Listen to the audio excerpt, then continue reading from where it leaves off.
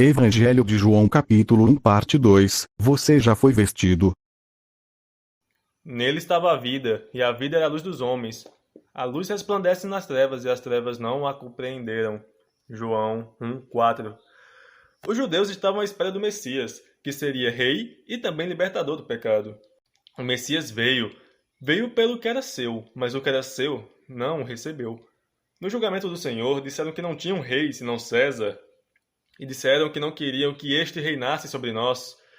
E o estado do pecado daquele povo obscureceu seus olhos e endureceu seu coração de tal ponto que não reconheceram a luz que prevalece sobre as trevas. A luz iluminava as trevas e revelava os seus pecados para o perdão, mas não se arrependiam. O estado de Israel não era dos melhores, e no livro de Isaías 59, versículos de 1 a 9, retrata um pouco como estava o estado daquele povo. Isaías 59. Eis que a mão do Senhor não está encolhida para que não possa salvar, nem surdo o seu ouvido para que não possa ouvir. Mas as vossas iniquidades fazem separação entre vós e o vosso Deus, e os vossos pecados encobrem o seu rosto de vós, para que vos não ouça. Porque as vossas mãos estão contaminadas de sangue, e os vossos dedos de iniquidade, os vossos lábios falam mentiras, e a vossa língua profere maldade. Ninguém há que clame por justiça, ninguém há que compareça em juízo pela verdade.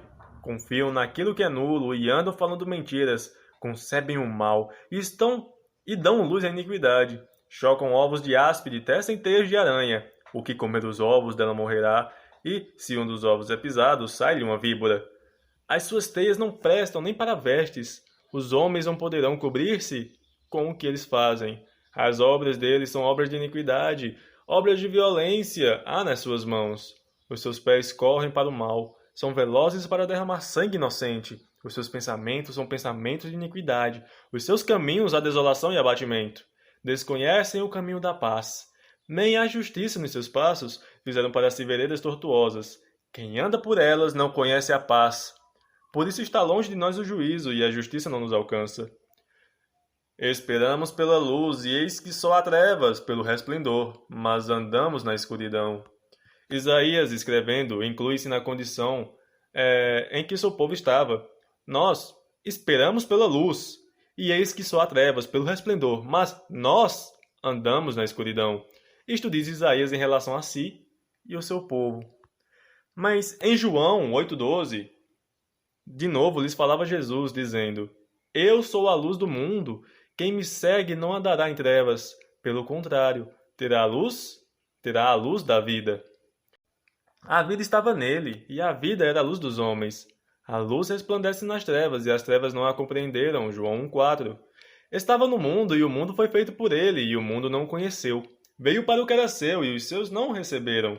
Mas a todos quantos o receberam, deu-lhes o poder de serem feitos filhos de Deus, aos que creem no seu nome. João 1, 10 a 12. Tecnicamente, as trevas não existem.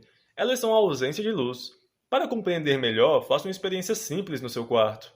Quando chegar a noite e o seu cômodo ficar escuro, acenda uma luz do seu quarto e veja que não há mais escuridão. Enquanto a luz estiver por perto, as trevas se dissipam num piscar de olhos. Aperte o interruptor novamente, você apagará a luz do quarto e ele ficará em trevas, ou seja, longe da luz, tudo permanece no escuro. Deus não tem amizade com o pecado, mas ama o pecador. Por isso, quando Adão caiu em pecado, o homem tornou-se afastado de Deus. Porque o pecado ou inclinação da carne é inimizade contra Deus.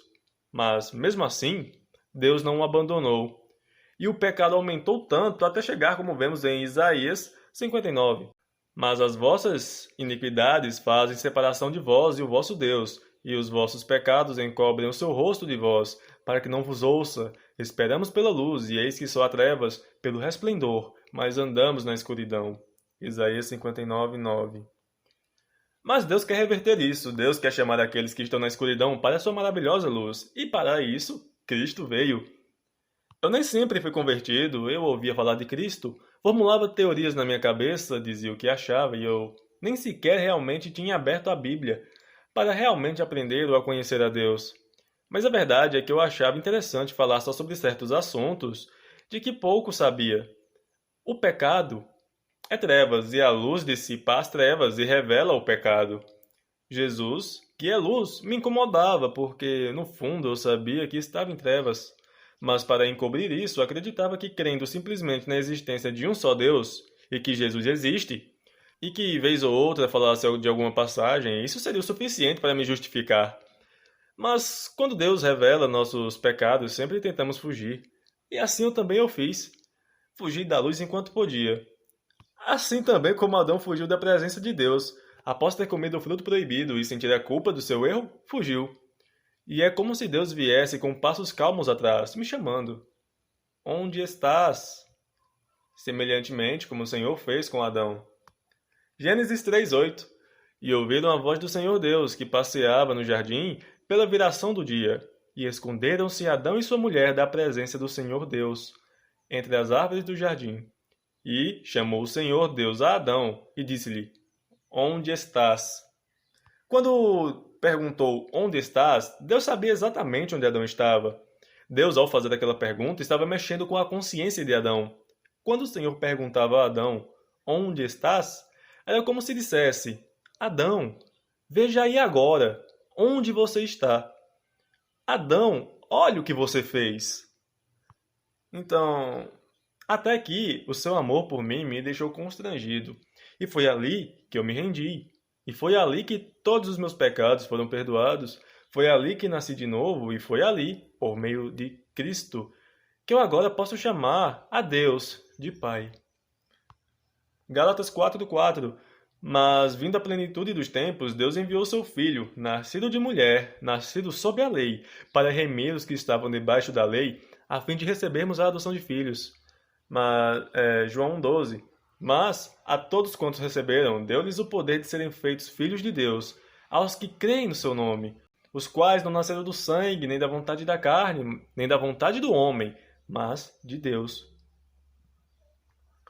Você por acaso tem medo de vir a Cristo por conta de seus pecados ou da sua culpa? O que você está aí fazendo, fugindo? Se Deus está atrás de você hoje, não precisa ter medo. Veja o resto da passagem de Gênesis.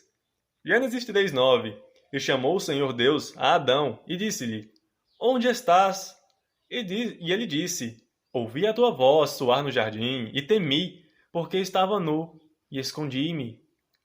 Assim como todo pecador quer fugir da presença de Deus, por lá no fundo saber que está nu diante de Deus, pois toda a nossa iniquidade está à vista. Adão também fugiu por saber que estava nu. No versículo 7, ele mesmo tentou cobrir o próprio pecado. Gênesis 3:7. Então os olhos dos dois se abriram e perceberam que estavam nus. Em seguida entrelaçaram folhas de figueira e fizeram cintas para cobrir-se. Imagina como deveria ser se cobrir com folhas. Bateu um vento e, rapaz, se virasse de um lado, já era. Isso é a justiça própria do homem. É o homem querendo fazer alguma coisa para cobrir o seu pecado. Nunca vai funcionar. É o homem que quer fazer algo por si próprio para livrar-se da culpa. Ele sempre vai deixar brechas, porque é imperfeito. É o homem achando que são os esforços de sua mão que o justificará. Ele quer salvar-se. Ele quer cobrir-se. Mas, diante das vestimentas de folhas que Adão e Eva fizeram para si próprios, veja o que o Senhor fez. Gênesis 3:21. E fez o Senhor Deus a Adão e a sua mulher túnicas de pele e os vestiu. Deus os vestiu, porque aparentemente as vestes de Adão não foram do agrado de Deus. Espere, não reparou? Deus vestiu aqueles que estavam nus com túnicas de peles. E o que isso significa? Deus teve de matar um animal inocente para cobrir a culpa do pecador. Isso não te lembra algo? Não te lembra de um certo cordeiro inocente morto numa cruz no lugar de um pecador culpado? Desde Gênesis, Deus fala de um inocente morto para cobrir a culpa do pecado. E desde Gênesis, o primeiro livro da Bíblia, Deus apontava para que olhássemos para Cristo Jesus. Não tenha medo se Deus vem atrás de ti, pois Ele te chama não para te condenar, mas para salvar. Ele te chama não para te jogar nas trevas, mas para que você esteja ao seu lado na luz. Ele não lhe deixará nu, mas Ele vem chamando para te livrar da nudez. Deus lhe chama para crer em Jesus. E a primeira condição para isto mesmo é ser pecador. Pois Deus veio ao mundo salvar pecadores e, ora, se o seu pecado é grande demais ou se estamos entupidos até a tampa, por assim dizer, onde abundou o pecado, a graça transbordou. Romanos 5:20. E Deus amou o mundo de tal maneira que deu seu único filho para que todo aquele que nele crer não pereça, mas tenha a vida eterna. Não fuja, é muito mais fácil do que fugir. É render-se. Render-se ao amor e ao perdão de Deus. Creia em Cristo Jesus como seu Salvador.